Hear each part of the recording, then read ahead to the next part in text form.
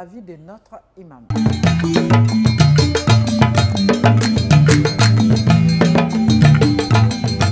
Alhamdulillah Rabbil Alamin, imam salam alaikum wa rahmatullah. Wa alaikum salam. Docteur Fetegue Mandjou Touré. Tout à fait. Merci encore d'être là avec nous en ce mardi pour cette émission des conseils du mardi. Merci. Le thème d'aujourd'hui, c'est qu'est-ce qui brise les couples?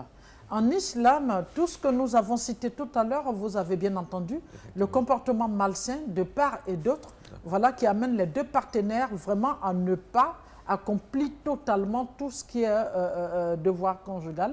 Voilà ceux qui se sont promis, c'est-à-dire se marier pour toute la vie jusqu'à ce que la mort les sépare. Et qu'est-ce que vous pensez de cela? Bien.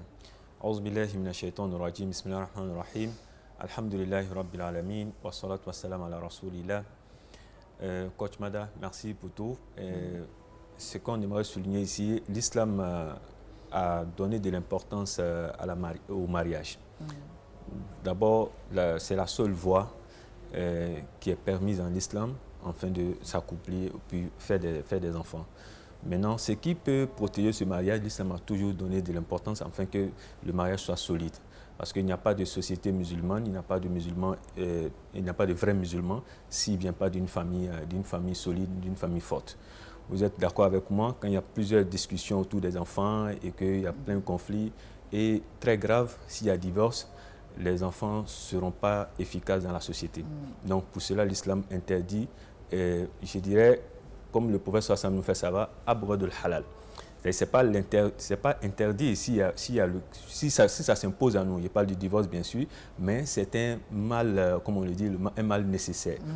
Donc c'est comme ça l'islam. C'est des choses qui ne sont pas appréciées. En fait. Donc vous voyez que le point de vue de l'islam, il préfère que le mariage tient compte de deux aspects qui sont très importants, qui vont permettre aux familles de rester ensemble. Comme Allah nous a dit dans le Saint-Coran, « Waja'alna baynakum mawaddatan wa rahma » Donc, mawadda wa rahma, vous allez voir que si vous vous mariez et que vous tenez compte de ces deux aspects, qu'est-ce que ça veut dire? Ça veut dire l'amour et la miséricorde entre vous. C'est-à-dire, quand vous mariez, c'est vrai que certes, c'est sur la base de l'amour et puis de l'envie et tout, mais il peut arriver à un certain moment que cet amour peut peut-être prendre un coup compte tenu de certaines situations, mais ici, il faut tenir compte de la miséricorde qui doit rester entre vous, qui va vous permettre de continuer le reste de votre vie ensemble. Et étant un bon musulman, vous ne devrez jamais envisager le divorce, comme je vous ai dit. Au premier recours, non, pas du tout. Parce que il faut toujours trouver la formule. Bien sûr. Le prophète sallam n'a jamais divorcé. Les disciples que nous citons, les 4 califes, personne n'a divorcé. Vous allez voir que on tient compte de arranger, comme le Coran nous dit, donc le Coran nous fait savoir quand il y a un problème, il faut chercher à régler avec de la discussion, de chercher les formules, afin d'éviter, comme on appelle, d'éviter la séparation. Et je finis pour dire que le point de vue de l'islam, l'islam vous demande avant de vous marier, c'est-à-dire quand vous avez ce projet-là, tenez compte de cet hadith du prophète sallam qui nous dit Tunkal marha li arba'i. Il dit, le prophète sallam nous fait savoir qu'on se marie, on marie la femme pour 4 choses, peut-être pour 4 critères, si on peut dire. Donc il dit ici, parce qu'elle est belle, Jamaliha, lorsque vous trouvez une femme qui est très belle, bien sûr comme les belles dames sur ce plateau. Merci, donc voilà, et ça fait partie de la cause, ça peut vous amener à vous marier. Et encore, et le prophète sallam continue à dire l'imaliha, vous pouvez trouver une femme qui a assez de moyens, qui comme Khadijatul Kubra, comme je ne sais pas, il y a plein de femmes aujourd'hui qui ont des moyens, donc ça peut amener l'homme à se marier, vice-versa. Quand on dit, c'est vice-versa, la femme aussi peut aimer. Non, c'est pas mauvais si on choisit aussi un mari qui a de l'argent. Ça fait partie des causes. Qu'on vient se marier pour de l'argent. Non, ça fait partie des causes, bien sûr. Donc voilà, et le prophète continue pour dire l'inasabiha. L'inasabiha, ça veut dire aussi que la personne vient d'une grande famille, d'une famille noble et tout ça. Donc ça peut nous amener à aller se marier à ce monsieur ou à cette femme. Mais il dit encore, walidiniha. Par sa religion, il peut être une bonne croyante, une bonne musulmane ou bien un bon musulman. Et il finit pour conseiller. Fazfar bizati din. Donc, cet hadith, lorsque le prophète termine pour dire face par bizat et din, c'est un conseil prophétique qu'il vous donne. Cela ne veut pas dire que les autres, lorsque vous faites les 3 critères, oui, c'est pas. Péché, non, oui. non, non, ça n'a rien à voir, c'est juste un conseil. Il serait meilleur pour vous d'épouser celle qui a des femmes croyantes et pieuses et tout ça.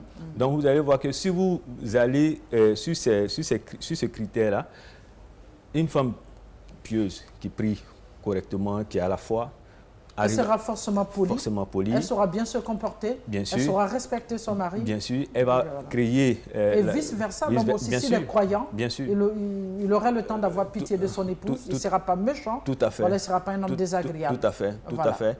Et pour dire que le prophète sallallahu alayhi wa sallam, avec ses femmes, n'a pas manqué de faire la communication. Il faut beaucoup communiquer. Il faut beaucoup communiquer. Tout ce que vous allez faire, ne surprend pas l'autre avec.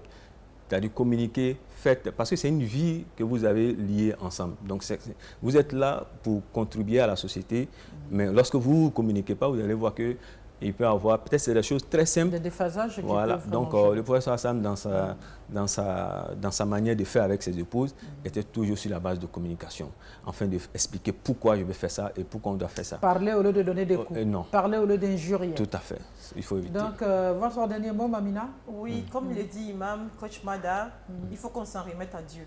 Même si on n'a pas marié un homme sur la base de sa foi ou une femme sur la base de sa foi, il faudra à un moment donné donner sa vie à Dieu et comprendre que le mariage est truffé d'épreuves. Le mariage, ce n'est pas toujours la rose, mais c'est la rose avec les épines. Il faut qu'on s'accorde à aller jusqu'au bout du mariage pour le bien-être des enfants, de la famille et de la société dans laquelle nous appartenons. D'accord. Imam, merci. Ce sera maintenant votre dernier mot et puis prier pour tous ces couples aujourd'hui en difficulté. Bien. Donc, ici, on va citer ce verset encore une fois pour dire à tout le monde, il faudrait tenir compte de ce verset que le Coran nous dit. Il dit « Mawaddatan wa rahma ». Aimez vos épouses, aimez-vous et soyez miséricorde avec vous et avec vos épouses. Vous allez voir que ça va faciliter. Et Dieu même dit le meilleur des hommes. Oui. C'est qui le meilleur des hommes?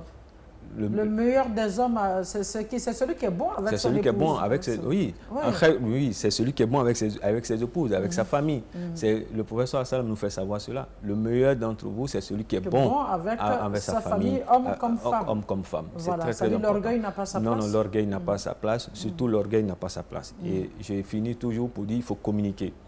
Parce qu'en Côte d'Ivoire, ici, il y a des choses très simples.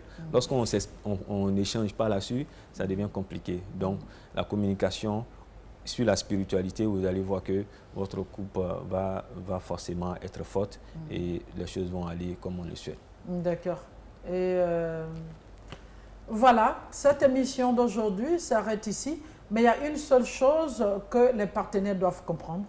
Il est bien que monsieur garde son pantalon, que madame garde sa jupette, que chacun se retrouve au milieu, qu'on appelle la concession, c'est très important. Pour toutes les femmes, il est très important d'être une femme aimable. Aucun homme ne supporte une femme difficile. Aucun homme ne supporte une femme impolie. Et pour vous les hommes, il faut que vous compreniez, vous êtes déjà forts. Vous n'avez pas besoin d'aller chercher votre autorité en battant les femmes, en les insultant, en les maltraitant. Il faut qu'on apprenne à se discipliner, à s'autodiscipliner.